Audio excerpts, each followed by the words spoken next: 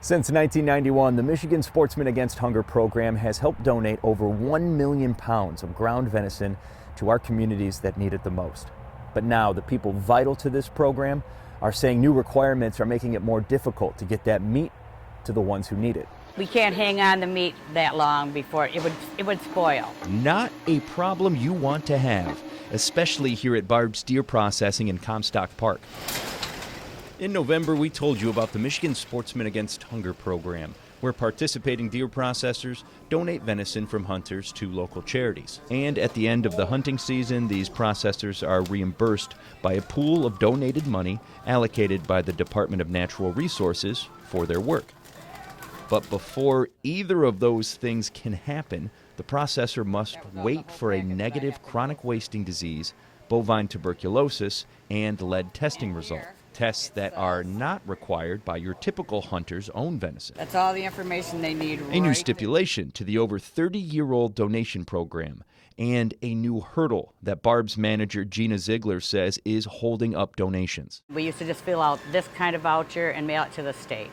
Well, now we've got to hang on to these deer for almost a month or month and a half, and we have no freezer space to do that. Their solution, at least at the moment, is to donate the meat outside of the program. Call the churches up and they come and get it. The good news is the venison doesn't spoil and still goes to help people with empty plates.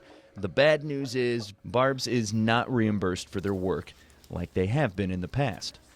And they are not the only ones with this problem. I called 3 other West Michigan processors who participate in this program, and they also told me they've had some concerns about the changes. So I also reached out to Ed Golder with the DNR, and he responded by email in part saying that the DNR knows this new requirement is causing some challenges and adjustments for processors. But the new testing protocols will, quote, make Michigan a leader in ensuring safety of donated venison for families who rely on this source of nutrition.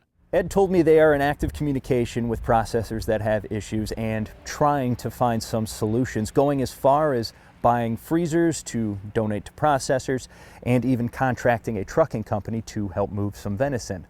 He also noted that processors are not required to accept venison they can't accommodate. Gina told me they did have a freezer donated by the Sportsmen Against Hunger program, but it's just not big enough. I donated over 4,000 pounds of meat last year out of here, and doing it this way, we're not going to ever get that close to that number.